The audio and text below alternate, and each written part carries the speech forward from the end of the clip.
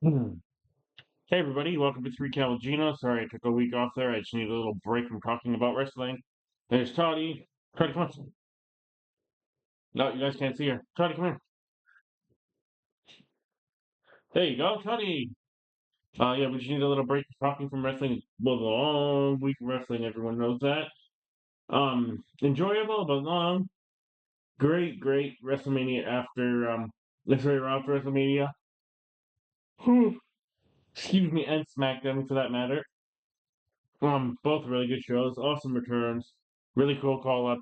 We have a cool alliance now with Stefan, Julia and Roxanne, which will play a part in tonight's round. We'll talk about in a little bit.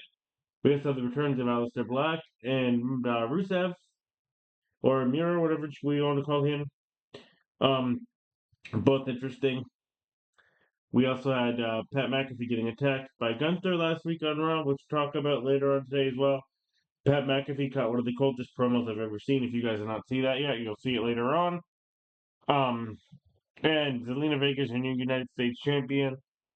And to women's Intercontinental champion at Backlash because Becky Lynch is definitely going to beat Lyra Valkyria. Unfortunate. Um, so Becky's heel. Sorry guys, it's been a long couple of weeks. Yeah, so Becky's full on heel. I'm assuming at some point she can join Seth's new group, which also yeah, we'll talk about all that too. Guys, let's get right into it. We talk about what happened today on Raw. Give me one second to pull up my notes. Very good Raw again, once again. One match I don't want to see that we're going to see, unfortunately, because it's going to be for the WWE Championship, and apparently this guy's getting title shots or wherever the hell he wants. But we'll talk about that when we get to it. Excuse me. Um, Raw opened with Seth Rollins, Braun Breaker, Paul Heyman, and Seth Rollins pretty much saying that the vision for the future of wrestling, and Braun Baker is pretty much the future of wrestling. Hell, who's going to disagree with some on that? That's it comes Sami Zayn. And they, of course, try and get Sami Zayn to leave Raw because Sami Zayn's always going to be the martyr, and the martyr's going to die at some point, right? So the whole show is based around Sami Zayn making a decision if he's going to leave Raw for SmackDown to get his title shot. There's people going backstage every now and then talking to him, see what he's going to do either way. I think it was kind of predictable from the beginning. Sami was never going to leave Raw. And we'll talk about that when we talk about it and talk about the decision, but I think I might have spoiled it for everyone. Um, Following that, we actually had the New Day come out.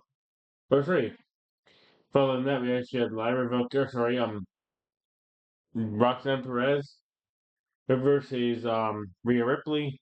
Insanely good match. Roxanne Perez, like I've been saying for God who knows how long.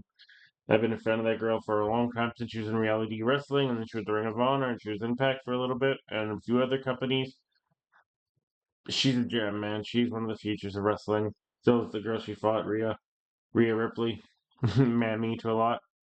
This was an incredible match, kind of like Stefan Kerr versus EO last week.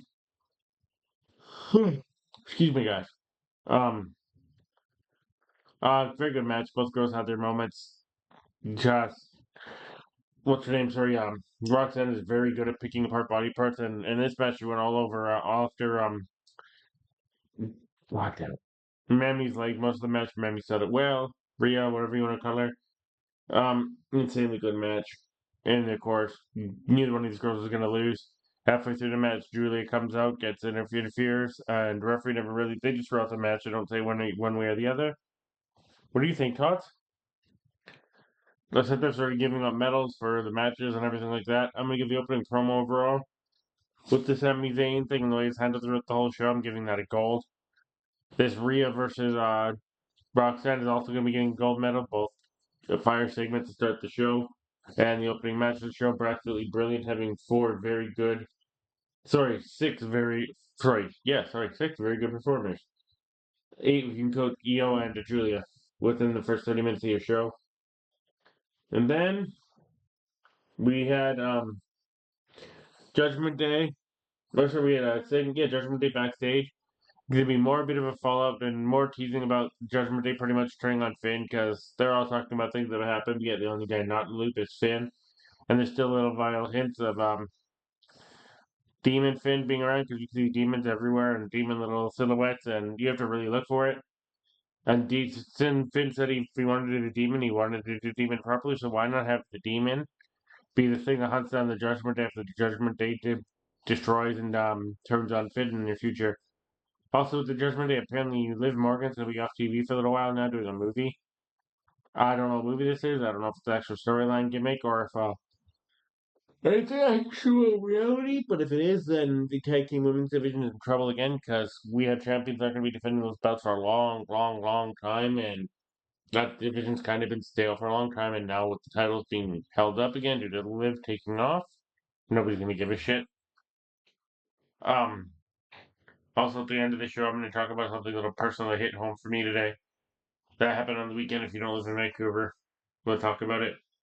Um, yeah, so we had Liv in the general manager's office afterwards talking about she's taking time off to go film a movie. Dom on time off. They told him there's no fucking chance. So we kind of a little tease we'll talk about later on. Also, little upsetting news: Rey Mysterio legitimately was injured. People thought it was a storyline worked, but Rey Phoenix and the pay per view. Rey Mysterio is torn his abductor. He have to go have surgery today, so healthy thoughts and speedy recovery for Ray, but I think this might be the end of the end for Ray. I mean, the dude's damn near in his 50s. He's been entertaining us for 30 plus years. And he's a little man to start with, so I think it might be a chance to say goodbye to Ray and have Ray do a little farewell tour. But I think it might be just time for Ray to say goodbye before he is unable to walk. Like you've seen a lot of the guys we grew up on if you're my age, and you see what they look like, and it is absolutely heartbreaking and devastating to watch. And I thank you all for putting your bodies on the line to entertain us. But that's just it shouldn't be. That all came off of me talking about Finn being destroyed by the Judgment Day, and we'll see that happen in the future. But we had the Judgment Day. This leads into the Judgment Day versus the Viking Raiders. Very good tag team match. Oh yes, I forgot to mention that it's called Judgment Day fiasco and scenario. The way it was played, the way it was acted, I'm gonna give it a silver. Um, the Judgment Day versus the War Raiders, Viking Raiders, what do you want to call them? Viking Experience, I don't know at this point. Very good tag team match. Those are four very good wrestlers. The New Young commentary is very good, but I still don't care about this feud with the War Raiders and New Day. And then the Judgment Day were just there to be there. Just in fact, I don't care, and it doesn't think anyone else really cares either because the crowd was dead for the majority of that match. And they just kept trying to make cheap jokes like calling Ivar fat and taking little hits at Big E every now and then to lead you to believe Big E is coming back soon, like my prediction said. I'm gonna give this as a bronze because it just did nothing for me whatsoever. Could care one way or less or the other. I was playing with my dog most of that match, but I'm glad for JD McDonough because he is back and he looked good and he looked emotional to be back. We had Paul Heyman versus Sami Zayn backstage. Those guys are always fire together. Very good. Paul Heyman's maybe the best talker in the history of wrestling. That segment alone, just being Paul Heyman and Sami Zayn, gold. Then we had full on Becky Lynch pretty much snapping, going heel, talking about how everyone cheers Bailey and everyone forgets Bailey, but Bailey's been attacking her for 6 years with nobody ever coming to defend Becky, but everyone's always there to defend Becky if you remember stories. And Becky talking about Bailey's bitching about never being a star, but you're a star because of the way you look. And then calling Lyra a traitor for being the girl that turned on Becky to go with Bailey. But Bailey's the girl that's always been betraying Becky. I mean, Becky's not wrong, but it kind of feels like a heel version. It's the female version of what Cena is doing right now. We don't need two of those. But the fact that Becky's kind of being cowardice about it. Um, Also, pretty obvious Becky's going to be winning the IC title from Lyra. I don't think it's time to take the belt off Lyra yet because it's not been the greatest run. And Lyra can't beat Becky again because she's already beat Becky for the women's championship in NXT. But Lyra's popularity is just getting going, and Becky doesn't need a belt. The man doesn't need a title. I just figured the man would have been in Seth's group, but I think more and more I look up at it, I think they're doing Evolution. I think at some point Austin Theory is going to be in there. Speaking about Austin Theory, him and Grayson Waller had Little promo during one of the Netflix commercial breaks that we get here in Canada. And it's more teasing that A-Town Down Under is going to be breaking up. This has been going on for the better part of a year and a half. Also, the Becky Lyra segment, I'm going to give it a silver. It was good. It was not great. It was kind of predictable of everything that was going to happen.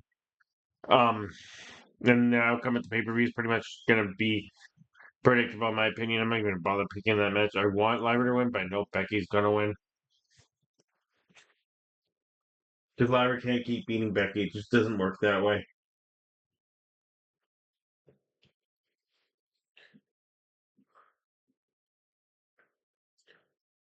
Okay, but then after Becky and Lyra, we had Penta Chad Gable, aka Grande Americano, even though a lot of people say he's not a Grande Americano. And Ivy Nile backstage. Ivy Nile looks extremely tan today, and so did Chad Gable. Of course, the Creed brothers are not with them because the Creed brothers are filming Tough Enough with Daniel Cormier. But we had, for some unforsaken, unknown reason to anybody, besides maybe WWE, Ivy Nile versus Stephanie Vaquera, then put Stephanie on main TV so more people could see her. This is probably the most predictable thing that's going to happen on All of Rock because Ivy's going to get some offense in, but Stephanie Vaquera is clearly going to win that match. But the segment itself between Penta and Chad Gable, I'm going to give it a silver. Ivy Nile and Stephanie Vaquera are going to get a gold because that was an absolutely brilliant match, probably the match of the night in my opinion. What do you think, Todd? Oh, she got to go over here in just a second. Then we had some teasing, like I was saying about the Judgment Days. AJ Styles was pretty much teasing that he's going to be going after Dominic Mysterio and the Intercontinental title.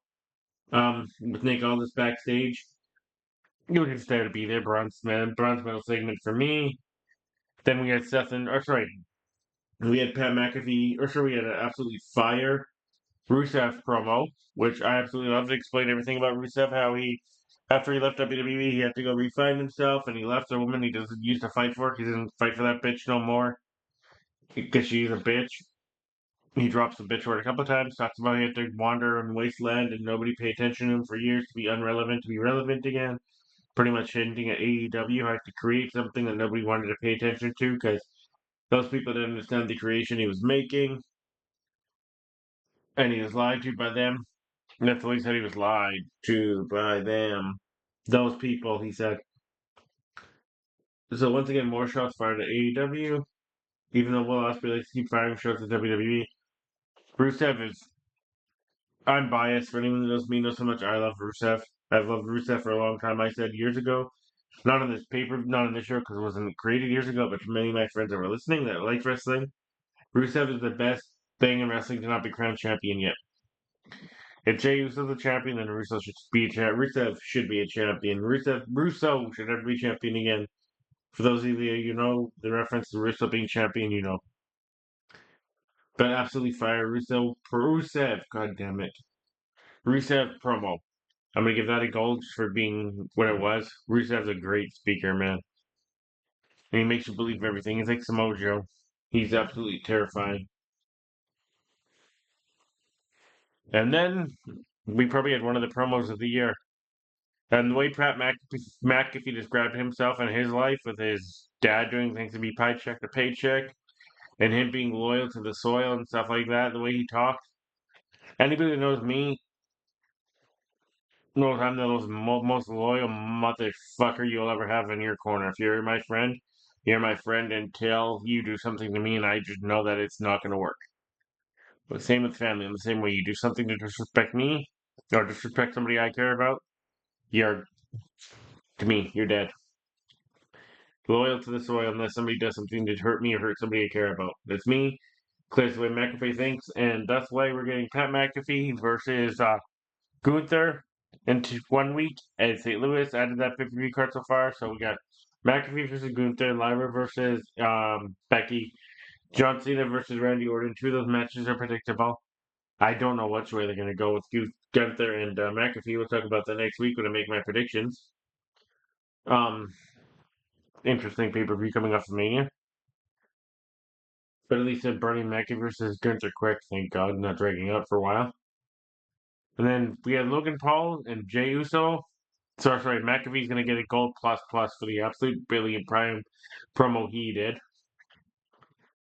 Um, then we had Jey Uso and Logan Paul. No, thank you. Uh, decent, decent work by both guys, but I don't give a damn at all about this. Logan Paul is just there to be there. You know he's not going to win the belt, and if he does, the crowd's going to murder somebody. Bronze. Then Logan Paul attacks Jey Uso backstage, so that's going to get bronze as well. To be honest with you, I don't care about anything Logan Paul does. It doesn't affect me. I don't care about him as a wrestler. I don't care about him as a person. The guy's talented. I'm not going to take that away from him, but I just not one thing I'm ever going to find to Logan Paul winning anything big. They're not WCW. They're not putting the belt on a celebrity. Give no offense to Logan Paul. That's all he is. He's a part timer and a celebrity.